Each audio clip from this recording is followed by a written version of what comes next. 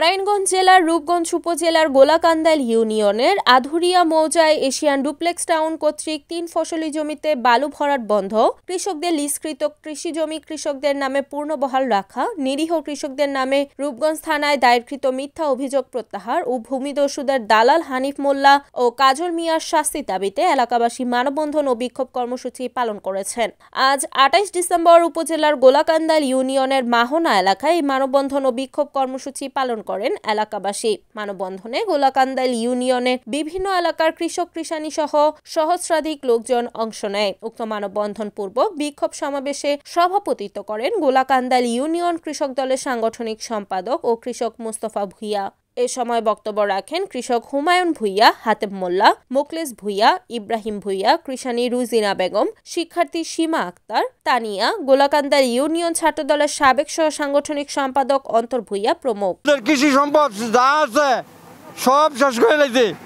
আমরা খাওয়ার মতন কোনো পাও নাই, আর আমরা দেশে থাকার মতন কোনো পাও নাই।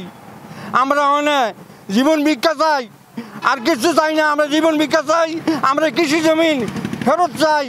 পরে আমরা 81 সনতে নাকি আমি এই সরকারের থেকে লিজ কেটে খাইতেছি। সেই সম্পত্তির উপরে আমাদের হামলা, আমি গেলে মারধর করে রড দিয়া দাও দিয়া এই আওয়ামী লীগের দালালরা এগুলা এই করতেছে। আমার দৌড়াইয়া আবার আমার দাঁড়িয়ে দৌড়া হেস খাইয়া আমার মারধর করছে। আমি একটা মিনের মধ্যে বালু আলাইছে, বালু আলানোর পরে আমি বলছি মতন আমার মারধর করছে। কাজলে আনিবে হেরা মার দূর করছে, আবার বালু ফেলাইছে। হ্যাঁ, এই বালু ফেলানোর মধ্যে বাধা দেওয়ার মধ্যে যায় আমার বাপের লাঠিতে বাইরে আইছে। এবার আমার বাপের দাঁড়িয়ে ধরে টান্দা ফালাই দিছে। এশিয়ান ডুপ্লেক্সের দালাল হানিফ মোল্লা আমাদের উপরে অত্যাচার করছে।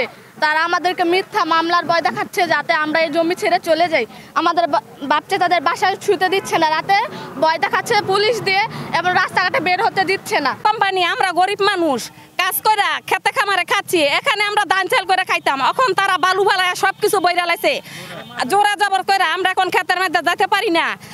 আওয়ামী লীগের দালাল মামুন, খুরশেদ এবং কাজল, হানিফ, যিনি আওয়ামী লীগের দালাল ছিলেন, এখনো সে দালাল এবং এশিয়ান টাউনের পক্ষ নিয়ে সে কাজ করছে এবং সাধারণ মানুষকে হামলা দিয়ে হয়রান করছে।